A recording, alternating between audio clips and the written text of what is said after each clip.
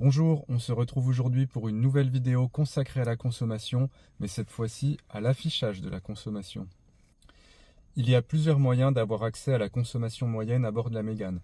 On a déjà l'affichage au tableau de bord, mais on peut également via la tablette accéder au menu Driving Eco. Dans ce menu, on trouvera la consommation moyenne électrique sur le trajet en cours.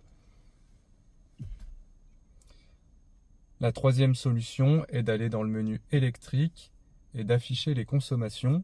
Sur cette page, on a la consommation moyenne, mais on a également accès à une partie climatisation et autres avec une valeur de consommation qui s'affiche. Selon les commentaires que j'ai vus sur divers réseaux sociaux ou forums, tout le monde n'est pas d'accord quant à la consommation affichée par cette Mégane. Certains lui reprochent d'être loin de la réalité, quand d'autres disent qu'il faut additionner la partie climatisation et autres à la consommation moyenne affichée. Alors qu'en est-il vraiment? C'est ce que je vais essayer de déterminer aujourd'hui.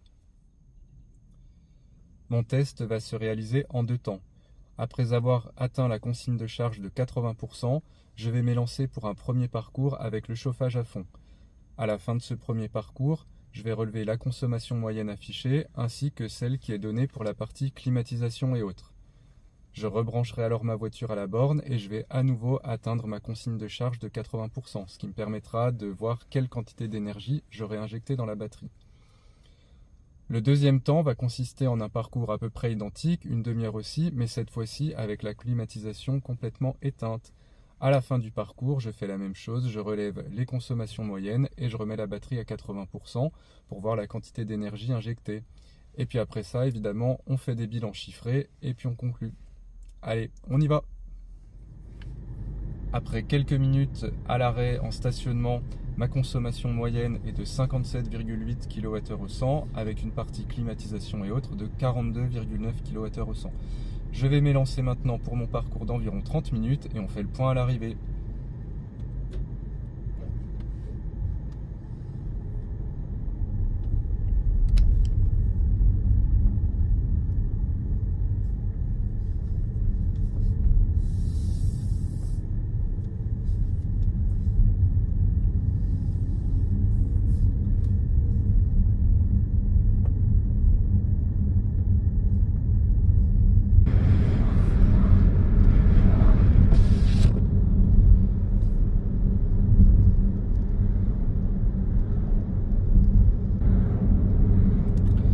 Voilà, donc ça fait une dizaine de kilomètres que je roule.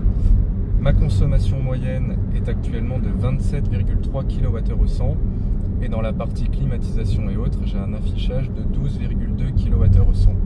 Il fait bien chaud dans la voiture, j'ai dû ouvrir un peu les fenêtres par moment parce que sinon vraiment ça chauffe.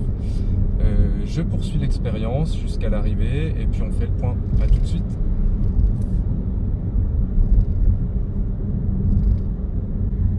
Ok Google, arrête la ventilation. Ok, j'éteins la ventilation. Nous voilà presque arrivés au terme de cette première boucle. Alors j'ai fait 17,5 km avec une consommation moyenne de 19,3 kWh au 100.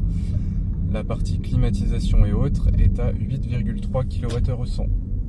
Je vais aller me brancher à ma borne et j'afficherai directement les résultats finaux, donc à savoir la distance précise ainsi que les consommations précises au moment où je me raccorde à la borne.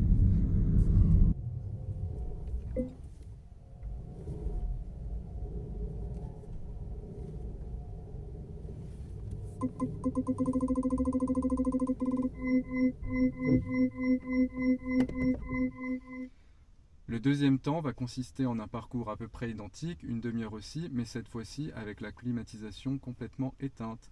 À la fin du parcours, je fais la même chose, je relève les consommations moyennes et je remets la batterie à 80% pour voir la quantité d'énergie injectée. Et puis après ça, évidemment, on fait des bilans chiffrés et puis on conclut. Allez, on y va! Les tests sont terminés, il est maintenant temps de sortir vos calculatrices. Commençons par analyser le trajet sans chauffage. La distance parcourue a été de 17,7 km et la consommation moyenne affichée au tableau de bord était de 12,1 kWh au 100, dont 1,4 kWh au 100 de climatisation et autres. Selon la première hypothèse, cela représente donc 2,14 kWh consommés pour boucler mon parcours. Selon la deuxième hypothèse, qui consiste à ajouter la consommation clim et autres à la consommation affichée, on arrive à 2,39 kWh d'énergie consommée sur le trajet. Pour remonter la batterie à 80%, il a fallu 2,45 ou 2,69 kWh selon que je me fie à l'application MyRenault ou à mon compteur, qui n'est toutefois pas un compteur certifié MID. N'oublions pas qu'il y a quand même des pertes à la recharge qui forcément ne sont pas affichées dans la consommation moyenne au tableau de bord. À ce stade, il est difficile de trancher entre les deux hypothèses. Mais voyons maintenant ce que ça donne sur le parcours avec chauffage au max. Dans ce cas, la distance parcourue a été de 17,8 km et la consommation affichée à l'ordinateur de bord atteignait 18,9 kWh au 100, dont 7,3 kWh au 100 de climatisation et autres. Cela représenterait donc 3,27 kWh pour mon parcours test. Selon la seconde hypothèse, la consommation moyenne aurait donc été de 26,2 kWh au 100, soit 4,66 kWh d'énergie consommée sur mon parcours. Lors de la charge, j'ai injecté 3,7 ou 4,03 kWh dans la batterie selon la source retenue. Il apparaît donc que la deuxième hypothèse ne peut être validée, la borne aurait délivré moins d'énergie que la quantité consommée sur le parcours. Alors, que retenir de ce test ? Eh bien, premièrement, la consommation affichée inclut bien la consommation clim et autres, fort heureusement. Si un responsable du développement logiciel chez Renault tombe sur ma vidéo, je pourrais quand même lui conseiller d'ajouter cette indication dans l'onglet consommation en écrivant par exemple dont climatisation et autres. Ça serait plus clair. Deuxième point. Même en prenant en compte les inévitables pertes à la recharge, il apparaît que la consommation affichée au tableau de bord est certainement légèrement minorée par rapport à la consommation réelle. C'est dommage. Nous voilà au terme de cette vidéo, alors n'hésitez pas à commenter, corriger mes éventuelles erreurs, mettre des petits pouces en l'air pour m'encourager, et moi je vous dis bonne route et à bientôt.